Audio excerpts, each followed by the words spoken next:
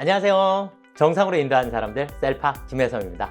자, 오늘 이번 시간에는 지난 126회 전산회계 1급 이론 문제풀이를 한번 시작해 보도록 하겠습니다. 시험 보신 분들이 선생님 이 정도면 쉬워요? 자꾸 질문들 많이 하세요. 그런데 제 생각에는 조금 쉽지 않았나 라고 생각이 듭니다. 차근차근 하나씩 풀어드릴 테니까 여러분들이 어느 부분에 신경을 쓰셔야지 되는지를 자꾸 생각을 조금 많이 하셨으면 좋겠다라고 생각을 합니다. 지금 바로 1번 문제에서부터 출발해 보시도록 하겠습니다. 자, 문제 1번. 다음 중 재무상태표가 제공하는 재무정보로서 가장 적절하지 않은 것은 그랬는데, 우리 문제 1번은 기본적으로 재무상태, 경영성과,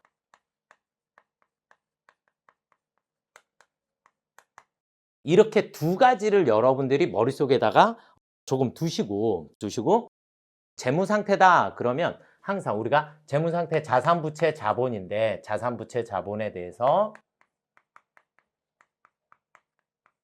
일정 시점의 재무상태를 나타내 준다, 이렇게 보시면 되겠고, 경영성과다라고 하는 것은, 경영성과는 수익과 비용에 대해서 일정 기간 동안의 경영성과를 나타낸다, 이렇게 보시면 될 것 같아요. 그래서 재무상태표, 손익계산서, 이렇게를 일단 머릿속에다가 기본. 그래서 자, 보기 보시면 첫 번째는 보고기간 말 현재 기업의 재무구조 및 재무적 안전성에 관한 정보를 제공한다. 그래서 기업의 재무구조 자체가 자산부채 자본을 의미하는 것이다, 이렇게 보시면 되겠고, 보고기간 말 현재 기업의 자산, 부채, 자본의 구성과 규모에 관한 정보를 제공한다. 같은 말이죠. 그렇죠? 네. 그러면 3번 보기 보시면 기업의 자산 운용 결과가 일정 기간 동안 기업 가치에 미치는 성과에 관한 정보를 제공한다. 그래서 일정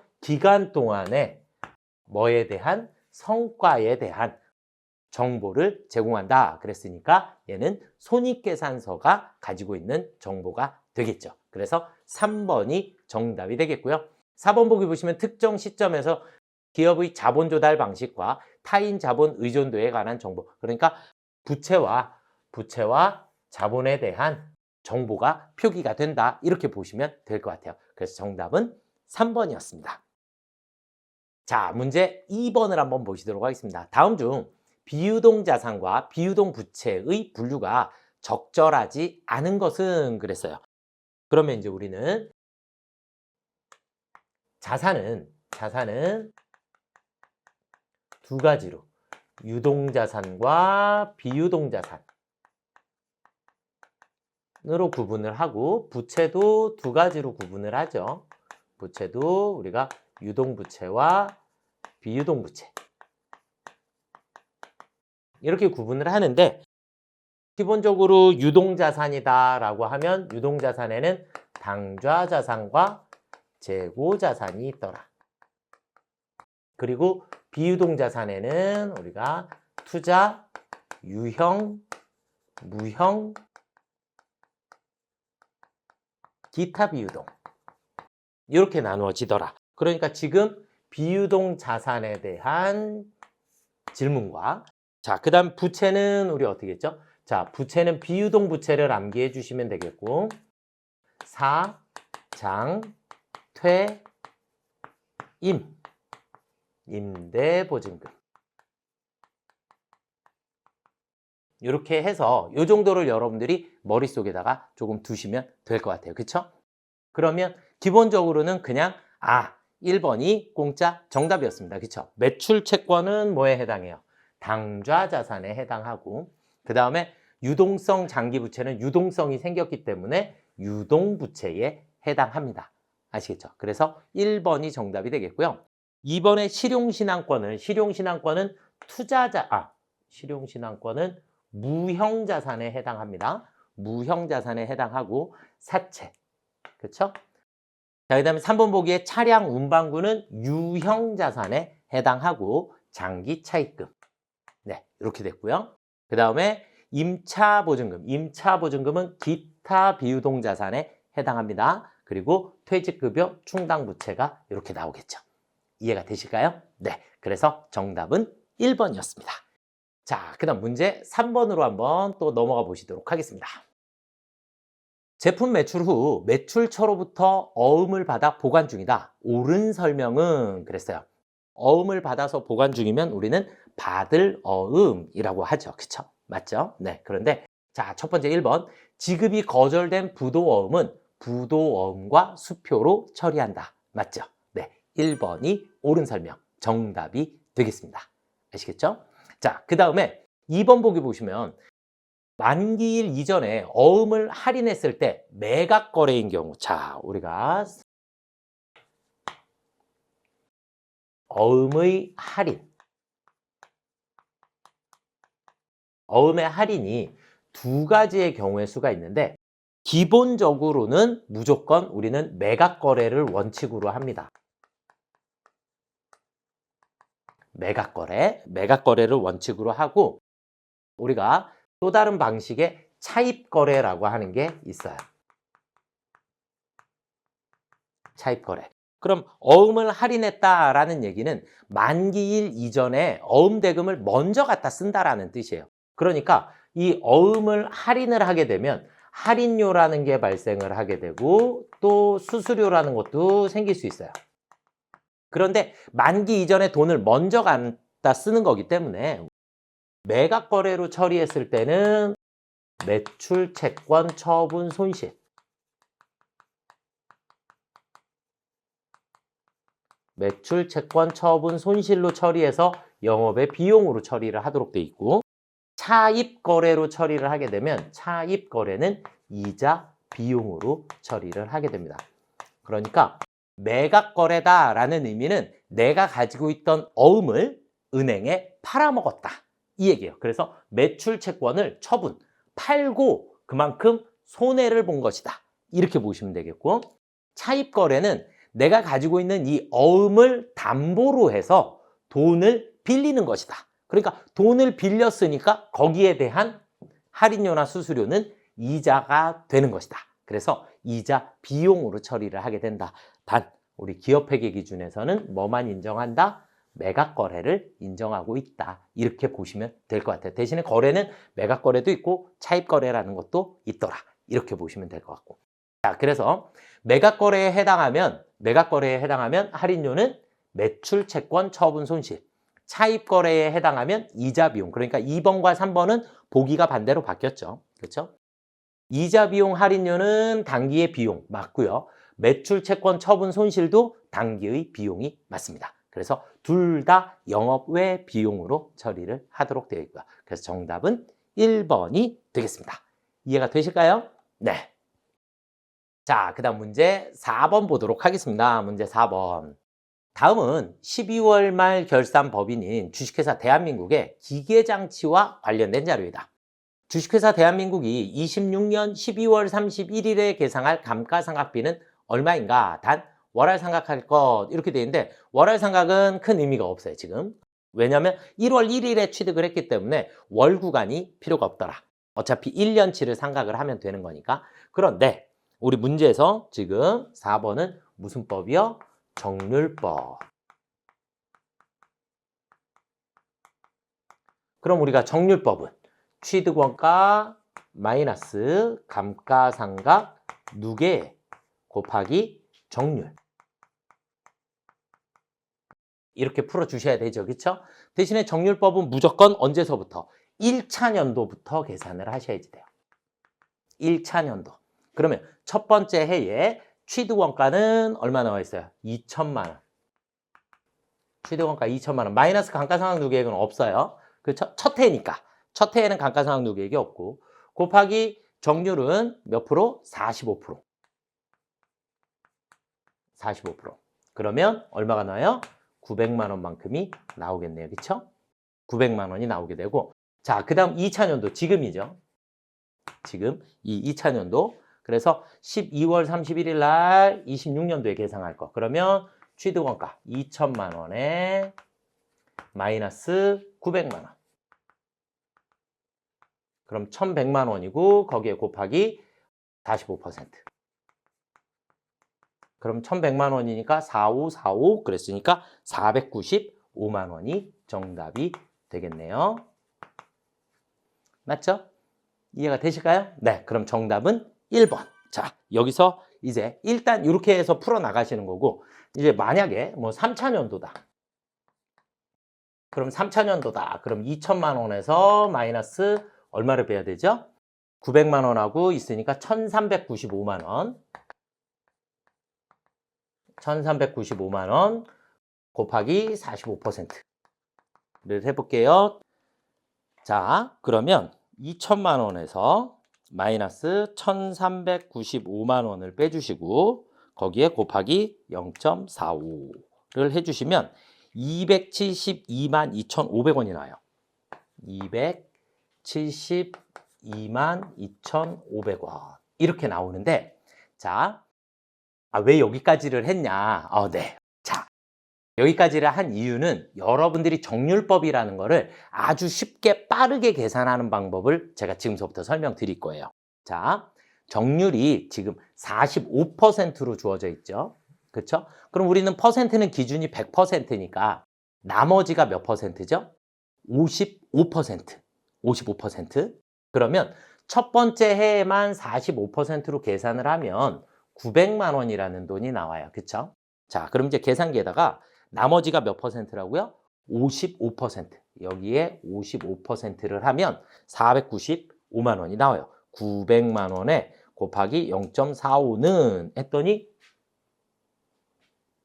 45를 했어요. 죄송해요. 자, 900만 원에 곱하기 0.5를 하게 되면 495만 원이 바로 나와요. 그래서 항상 나머지 퍼센트 55% 그리고 495만 원에서 다시 곱하기 0.5를 하게 되면 272만 2,500원 다시 55%를 하게 되면 이렇게 정률법은 그러니까 식을 세우지 않고도 첫 번째 해에는 그냥 정률을 계산하시고 그 다음 두 번째에서부터는 나온 금액에 나머지 퍼센트를 곱해주시면 바로 나와요.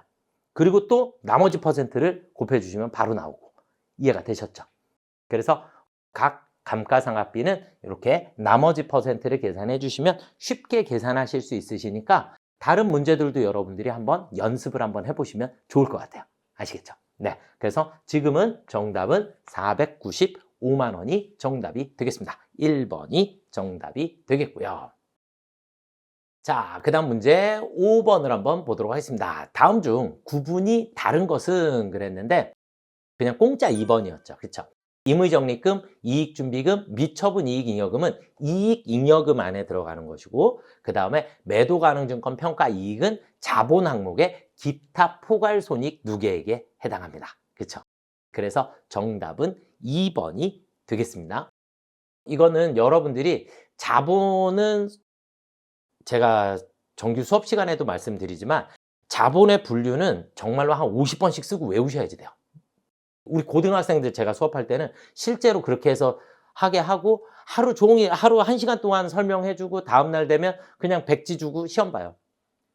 하나 틀릴 때마다 그냥 다시 또 백지 나눠주고 다시 또 시험 보고 그 정도로 여러분들이 반복을 하시면서 일단 먼저 암기를 해 두신 다음에 그 다음에 정확하게 속뜻으로 들어가시는 게 맞지 않을까 이렇게 생각이 조금 듭니다. 그래서 매도가능증권 평가이익은 기타 포괄손익 누계액에 해당합니다. 그래서 정답은 2번이 되겠습니다.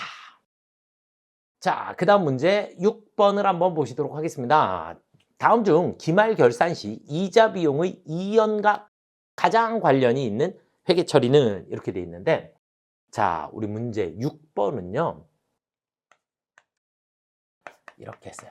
선급, 선수, 미수, 미지급 이렇게 돼 있고 선급, 선수 이렇게 미수, 미지급 그래서 선급, 선수 얘를 우리가 손익의 이연이다 라고 얘기를 하고 그 다음에 미수, 미지급을 예상이다 라고 얘기를 해요. 그리고 요즘은 예상이라는 표현보다 발생이라는 표현을 더 많이 사용을 하고 있어요. 그래서 뒤에 글자만 따라가시면 돼요. 급자로 끝나는 건 비용이고 급자로 끝나는 건 비용, 그 다음에 숫자로 끝나는 건 수익이더라. 그래서 지금은 뭐라 그랬어요? 비용의 이연이라 그랬으니까 비용의 이연. 아, 선급이 정답이구나. 이렇게 보시면 돼요. 그래서 선급보험료 1번이 정답이 되겠습니다. 그럼 2번에 미수이자. 그럼 미수와 숫자로 끝났으니까 수익이구나. 수익의 예상이구나. 이렇게 보시면 되겠고, 선수 나왔으니까 수익의 이연이구나. 이렇게 보시면 돼요. 그 다음 미지급 그랬으니까 얘는 비용의 예상. 이렇게 보시면 될 것 같아요. 비용의 발생. 이해가 되셨나요? 그래서 예상, 발생 같이 쓰는 거니까 그렇게 여러분들이 이해를 하시면 좋을 것 같아요. 그래서 정답은 1번이었습니다. 자, 그 다음 문제 7번. 다음 중 단기매매증권 취득 시 발생한 비용을 취득 원가에 가산할 경우 재무제표에 미치는 영향으로 옳지 않은 것은, 그런데 7번은 별표를 쳐두시고요. 제가 고등학생들한테 수업할 때 엄청 중요한 부분이다. 왜냐하면 이게 회계의 기본 개념이니까.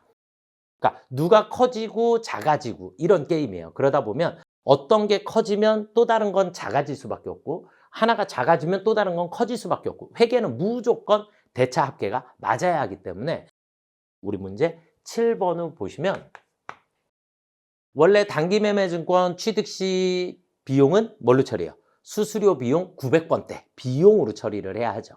그러니까 비용으로 처리를 해야 할 것을 취득 원가에 가산했다 그랬으니까 자산으로 처리를 했다라는 얘기가 돼요. 그러면 비용으로 처리해야 할 것을 자산으로 처리했으니까 비용은 생겼어야 되는데 안 생겼겠죠? 그러니까 비용이 어떻게 되었다? 과소계상이 되었다. 이렇게 보시면 되겠고, 자산은 안 생겼어야 되는데 생겨버렸죠. 그쵸? 왜냐면 비용 처리했어야 되는 건데 자산으로 처리. 그러니까 아, 자산은 과대계상이 되었겠구나. 이렇게 보시면 되겠고, 자, 이제 여기에서 우리는 이 비용이라는 친구는 당기순손익에 영향을 미치기 때문에 비용이 줄어들으면 이익은 커질 수밖에 없어요. 수익에서 비용을 빼야 이익이 나오니까. 그런데 그 비용이 줄어들었기 때문에 이익은 커질 수밖에 없어요. 그래서 이익이, 당기순이익이 과대계상되게 됩니다. 비용이 과소되었다라는 얘기는 이익이 과대계상되었다라는 얘기가 되고, 이익이 커지게 되면 결론은 우리가 이 이익은 자본금이 돼요. 자본이 돼요. 자본이. 그래서 이익이 커졌다는 얘기는 우리 회사의 자본도 과대계상이 된다. 이렇게 개념으로 이해를 하시면 좋을 것 같아요. 그래서 뭐 반대, 과소가 있고 과대가 될 수도 있죠. 비용이 과대가 되면 그럼 이익은 어떻게 돼요? 과소가 되겠죠. 이익이 과소는 자본도 과소가 되더라. 이렇게 이해를 해주시면 좋을 것 같아요. 그래서 정답은 4번이 되겠습니다. 이해가 되실까요? 네. 그래서 자산은 과대계상되고 비용은 과소계상되고 자본도 과대계상이 되고, 이해되시죠? 네. 그래서 정답은 4번이 되겠고요. 자, 문제 8번 보실게요. 다음 중 회계정보의 질적 특성에 관한 설명으로 틀린 것은 그랬어요. 자, 일단 회계정보의 질적 특성은 우리가 목적적 합성, 신뢰성, 그렇죠? 그렇게 해서 확인을 해주시면 될 것 같고, 우리가 이렇게 한번 볼게요. 질적 특성은 목적적 합성과 신뢰성으로 구성되는데, 목적적 합성에는 예측가치, 피드백가치, 적시성, 그 다음에 신뢰성에는 표현의 충실성, 검증 가능성, 중립성, 이렇게 세 가지씩 분리가 되어 있고, 목적적 합성이다 라고 하는 것은 현재에 맞아야지 되고, 현재, 지금 당장, 그 다음 공정가치, 뭐 같은 얘기죠. 다 시가, 네, 그 다음에 진행 기준으로 우리가 판단을 해주시면 되겠고, 발생주의를 기준으로 하고 있습니다. 그러니까 지금 당장 여러분들이 판단하는 기준을 지금 당장 어떤데 이렇게 보시는 걸 목적적 합성이다 라고 보시면 되겠고, 신뢰성은 정확성이에요. 결과물. 그래서 역사적 원가, 그러니까 취득 원가를 의미하는 거죠. 취득 원가, 절대 바뀌지 않는 것. 그래서 취득 원가를 의미하는 거고, 그 다음에 결과가 나왔다라고 하면 결론, 결과물, 그 다음에 그래서 공사 수익 같은 경우도 완성 기준을 적용을 하게 되고, 실제 나간 돈만 가지고 계산을 한다. 그래서 실제 들어오고 나간 것만, 그래서 현금주의를 기준으로 한다. 이렇게 보시면 될 것 같고요. 자, 틀린 것은 그랬으니까 자산을 원가법으로 평가하는 것보다 공정가치로 평가하면 신뢰성이 증가한다. 공정가치로 평가하게 되면 뭐가 증가해요? 공정가치로 평가하게 되면 목적 적합성이 증가하게 된다. 그래서 1번이 정답이 되겠습니다. 이해가 되시죠? 그래서 틀렸다라고 보시면 될 것 같고요. 신뢰성에는 표현의 충실성, 검증 가능성, 중립성이 포함된다. 네, 맞고요. 현금주의 회계 처리보다는 발생주의 회계 처리가 신뢰성이 높다. 신뢰성은 현금주의로 처리하는 게 훨씬 더 높다. 그렇기 때문에 3번도 복수 정답으로 인정이 되었습니다. 그래서 3번도 자리가 바뀌었죠. 그래서 3번도 복수 정답으로 인정이 되니까 두 개가 모두 정답이다. 공사 수익을 진행 기준으로 인식하면 목적적 합성, 진행 기준으로 인식했을 때 목적적 합성은 향상되나 신뢰성은 떨어질 수 있다. 네, 신뢰성은 끝나봐야, 결론이 나와봐야 신뢰성을 측정할 수 있기 때문에 이렇게 보시면 될 것 같아요. 그래서 문제 8번은 1번과 3번 두 개가 모두 정답이 되겠습니다. 자, 그 다음 문제 9번으로 한번 넘어가 보시도록 하겠습니다. 문제 9번은요. 여기다가 해도 되겠다. 문제 9번은 개별원가 계산과 종합원가 계산. 개별원가 계산이다 라고 하는 게 있고 종합원가 계산이다 라고 하는 게 있어요. 개별원가 계산과 종합원가 계산. 그러면 개별원가 계산은 우리가 하나씩 생산하는 것을 의미를 하고, 맞죠? 그래서 하나씩 주문 생산 형태를 가지고 있더라.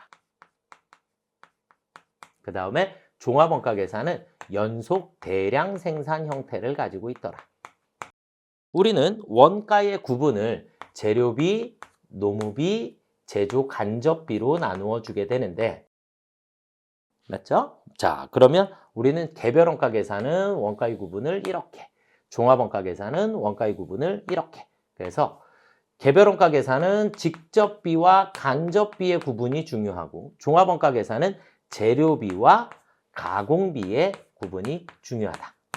이렇게 보시면 되겠고, 개별원가 계산의 핵심은 이 간접비를 어떻게 배분하느냐에 따라서 달라지게 될 거고, 종합원가 계산에서는 이 가공원가 계산에서 완성품 환산량의 계산이 얼마만큼 계산이 될 거냐에 따라서 원가의 계산이 달라지게 된다.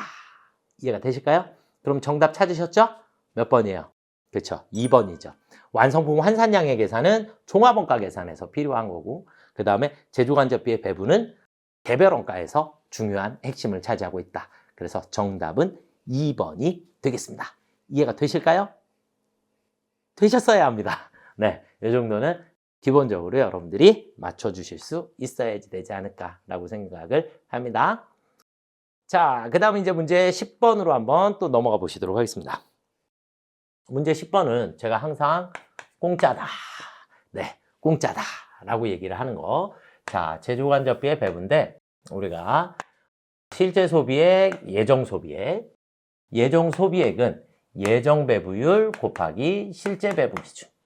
예정 배부율은 연간 총 예상액을 예상 시간으로 나누어 주시면 됩니다. 그리고 예정 소비액이 크면 우리는 과대 배부되었습니다 라는 표현을 쓰고, 실제가 더 크면 과소 배부되었습니다 라는 표현을 써요. 아시겠죠? 그냥 이게 틀이에요. 틀. 그대로 암기를 해주시면 되겠고, 일단 다른 거 먼저 하지 말고, 자, 실제 발생액은 580만 원이래요. 580만 원.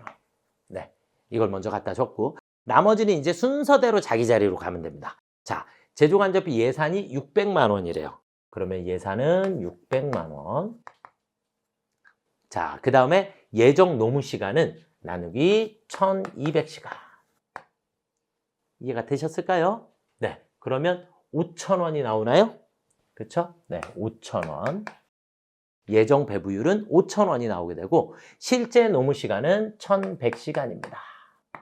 1,100시간. 그러면 550만 원이 나오겠죠. 이해가 되실까요? 네, 그대로 자기 자리에다 넣기만 했어요. 자, 그랬더니 누가 더 커요? 지금 실제가 더 크죠? 그쵸? 실제가 얼마가 더 크죠? 30만 원만큼이 더 커요.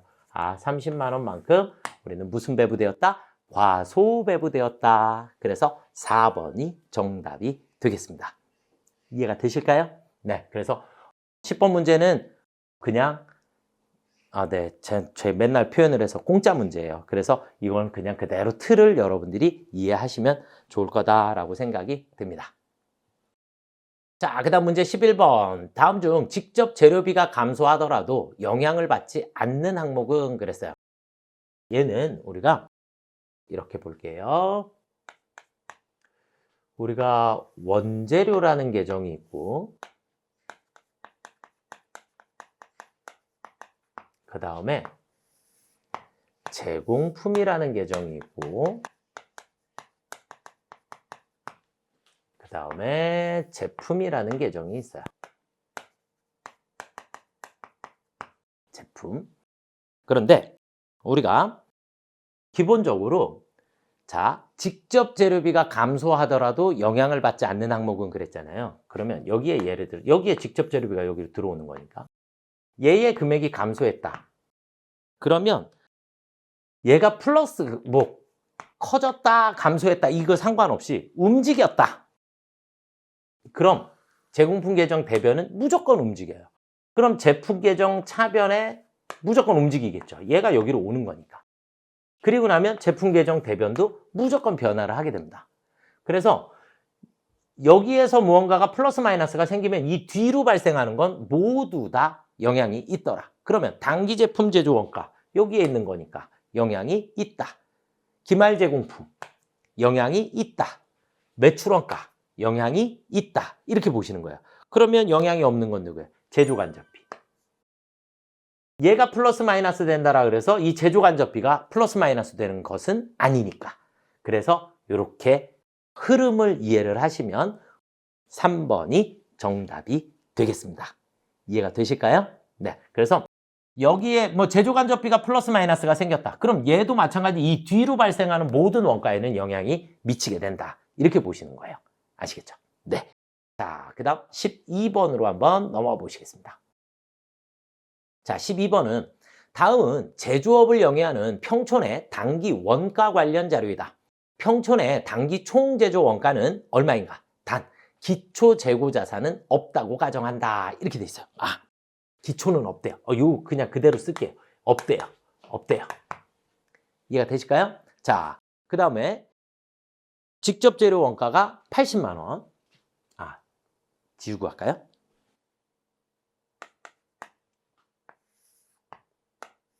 원재료, 제공품, 제품.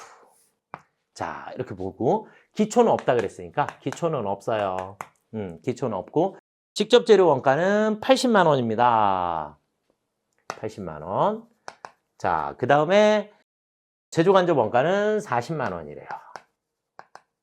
이렇게 됐고 그 다음 매출 원가는 100만 원입니다. 그리고 기말 원재료 재고액은 50만 원이라 했고요. 그리고 기말 제공품은 20만 원이고요. 그 다음 기말 제품 재고액은 30만 원입니다. 자, 회계는 양쪽의 합이 무조건 어떻게 돼야 된다고요? 같아야죠. 맞나요? 같아야 돼요. 자, 그러면 여기는 130만 원이 나오겠네요. 양쪽의 합이 같아야 되니까. 이 130만 원 여기서 온 거니까 단기 제품 제조 원가는 130만 원이 되겠죠. 맞나요? 네. 그러면 여기 있는 노무비를 계산하실 수 있으실까요? 150만 원이 돼야 되니까 150만 원이 되려면 30만 원의 노무비가 필요하겠네요. 맞죠? 이해가 되실까요? 자, 그리고 우리는 단기 총제조 원가로 물어봤으니까 지금 물어본 정답은 요만큼. 기초가 없다 그랬으니까 이 둘을 더한 것도 단기 총제조 원가랑 같은 내용이죠. 그렇죠? 그래서 정답은 150만 원이 정답이 되겠습니다. 조금 이해가 되실까요? 네. 그래서 2번이 정답이 되겠고요. 자, 그 다음 13번으로 넘어가 보시도록 하겠습니다. 자, 부가가치세법상 납세 의무자에 관한 사항으로 틀린 것은 그랬어요. 납세 의무자는 사업자와 재화를 수입하는 자. 이렇게 둘로 나누어 보실 수 있어요. 납세 의무자는 누구다? 사업자와 재화를 수입하는 자.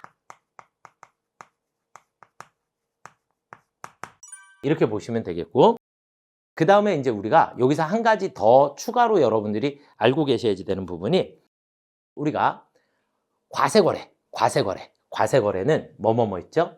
재화의 공급, 그 다음에 용역의 공급, 그리고 재화의 수입이 있죠. 여기까지만 과세거래다 라고 봐요. 그렇기 때문에 하나 뭐가 없어요? 용역의 수입이다 라고 하는 개념은 있다 없더라? 없더라. 용역의 수입은 있다 없다? 이런 개념은 없더라. 이렇게 보시면 돼요. 부가세법에. 그래서 4번 보기에 보시면 용역을 수입하는 사업자는 부가세법상 납세 의무가 있다? 없더라. 그러니까 용역의 수입이다 라고 하는 것 자체를 과세거래로 보지 않기 때문이에요. 이해가 되실까요? 자, 그 다음에 영세율 적용받는 사업자도 부가세법상 납세 의무자에 해당한다. 자, 그럼 이제 우리가 여기서 영세율 적용 사업자와 그 다음에 면세 사업자 이렇게 둘로 나눠서 보실 수 있고, 면세 사업자는 부가세법상 사업자가 아니더라. 그러니까 모든 의무가 있다 없다? 없다. 단 하나 세금 계산서 합계표 제출 의무만 있어요. 세금 계산서 합계표 제출 의무만 있고 신고 납부 의무는 없습니다. 면세 사업자는. 그런데 영세율 적용 사업자는 모든 신고 납부 의무가 모두 존재해요. 왜냐하면 매입세액을 환급받을 수 있기 때문이에요. 부가세를 환급받아야 하기 때문에. 매출은 영세율이니까 매출세액은 없어요. 그런데 매입세액은 환급받을 수 있기 때문에 우리는 영세율 적용 사업자는 신고 납부를 해야지만 이렇게 환급을 받을 수 있다. 이렇게 보시면 될 것 같아요. 그래서 정답은 4번이 되겠고요. 간이가세자도 부가세법상 납세 의무가 있습니다. 아시겠죠? 네. 자, 그 다음 문제 14번으로 넘어가 볼게요. 다음 중 부가세법상 공급 시기에 대한 설명으로 옳지 않은 것은 그랬어요. 우리 공급 시기 언제예요? 공급 시기. 재화는 언제? 인도되었을 때. 재화를 인도하였을 때. 그 다음에 또 용역은 언제죠? 영무의 제공이 완료되었을 때. 영무의 제공이 완료되었을 때. 그러니까 역할과 의무가 끝났을 때. 이렇게 보시면 되겠고, 그 다음에 재화를 수입했을 때는 수입, 신고, 수리일.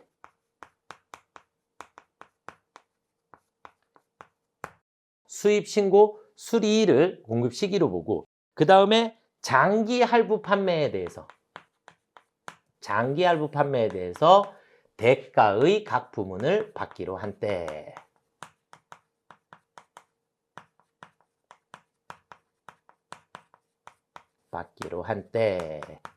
이렇게 이해하시면 되겠죠. 그렇죠? 네. 그래서 정답은 4번이 되게 됩니다. 자, 1번 보시면 위탁 판매의 경우 수탁자 또는 대리인이 실제로 위탁받은 재화를 뭐 했을 때? 판매했을 때. 재화의 공급은 무조건 재화를 판매했을 때. 자, 반환조건부 판매의 경우 조건이 성취되거나 기한이 지나 판매가 확정됐을 때 매출로 인식을 하고요. 폐업은 폐업했을 때를 기준으로 하고요. 그 다음에 할부 판매의 경우 대가의 각 부분을 수령한 때, 이거는 장기 할부 판매일 때, 대가의 각 부분을 받기로 한 때를 우리가 공급 시기로 하게 됩니다. 그래서 4번이 정답이 되겠습니다. 뭐 회계에서도 중요하게 설명은 드리는데 세무 2급에 가면 자연스럽게 이해는 되실 거예요. 그래도 회계에서 부가세법 중에 공급 시기 정도는 여러분들이 암기를 하고 계셔야 되는 부분이기 때문에 알아두시면 좋을 것 같습니다. 자, 마지막으로 한번 넘어가 보겠습니다. 자, 우리 15번 보시면 다음 중 부가세법상 업종별 사업장의 범위로 옳게 짝져진 것은, 이건 반드시 암기하셔야지 돼요. 그래서 부동산 임대업은 1번 부동산 임대업은 부동산의 등기부 소재지. 그러니까 2번하고 1번이 자리가 바뀌었어요. 매매업은 주 업무를 총괄하는 장소. 그래서 둘은 자리가 바뀌었고, 제조업은 완성하는 장소. 그러니까 공장이죠, 공장. 그래서 3번이 옳게 짝지어진 정답이 되겠고요. 건설업 법인이라 그랬는데 법인은 그냥 무조건 등기부상 소재지입니다. 법인은 등기부상에 우리 회사는 어디에 위치하고 있습니다 라고 하는 등기부상 소재지라고 하는 게 있어요. 그래서 등기부상 소재지를 우리는 법인의 주 사업장이다 라고 보게 됩니다. 그래서 정답은 3번이 되겠고요. 이해가 조금 되셨을까요? 제 생각에 이 정도의 시험 문제 난이도에선 여러분들이 한 12개 정도는 충분히 맞춰주실 수 있지 않을까. 그리고 그 정도는 맞춰주셔야 안정적으로 합격권에 들어가지 않을까라고 생각을 합니다. 네, 일단 저는 여러분들의 또 합격을 응원하면서 오늘 수업은 여기까지 하도록 하겠습니다. 수고들 많이 하셨습니다.